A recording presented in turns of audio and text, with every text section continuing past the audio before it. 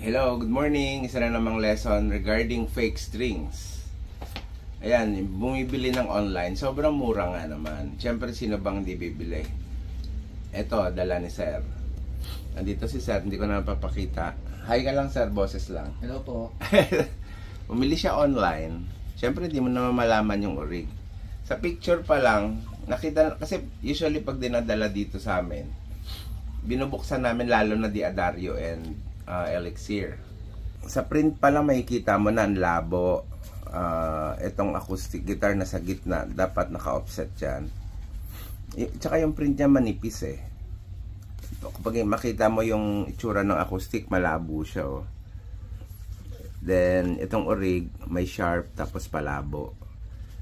Okay, anyway, cover lang yan. Pati yung sealed, ginaya din nila. Ayan oh.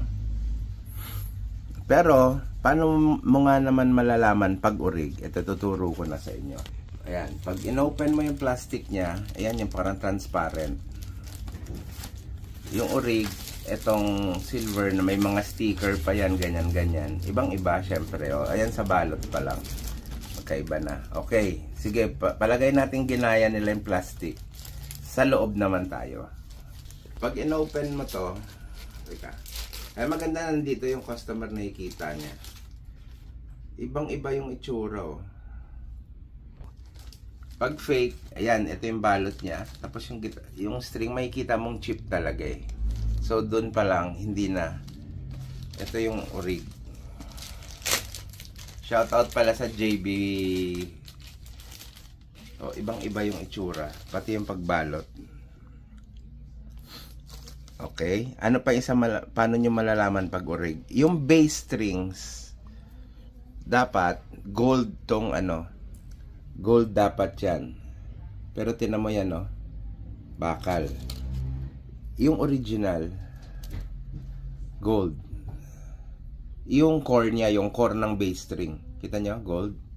Yan. Ito sa fake, yung core niya is yan, parang normal na bakal lang. Yung original na, yung core niya is gold. Siyempre pag ginamit mo yung fake string, since hindi naman sukat talaga to, magsisintonado yung gitara mo. Tataka ka, naka-intonate ka na, pero pag tipa mo, hindi.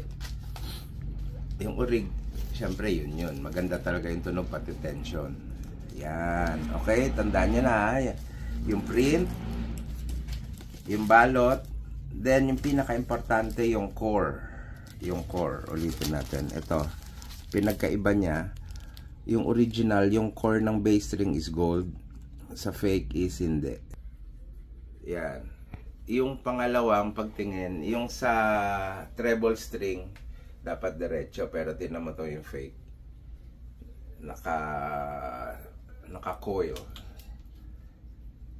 Kahit pag orig kasi kahit naka-roll ng ganito, pag binuksan mo yan, uunat siya. Ito yung orig.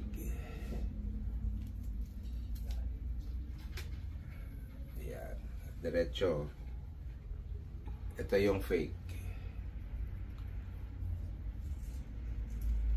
Kita mo. Dapat unat siya, nagro-roll. Pag bumili kayo online, make sure na bumili kayo dun sa legit store like JB, Lyric, Yupanco, Guitar Salon, Guitar Pusher. Doon kayo bumiling mga store, hindi yung mga hindi trusted na store. Sorry pero syempre pinagpaguran nyo rin yung pera nyo. Dapat orig din yung makuha nyo dun sa presyong binayaran nyo.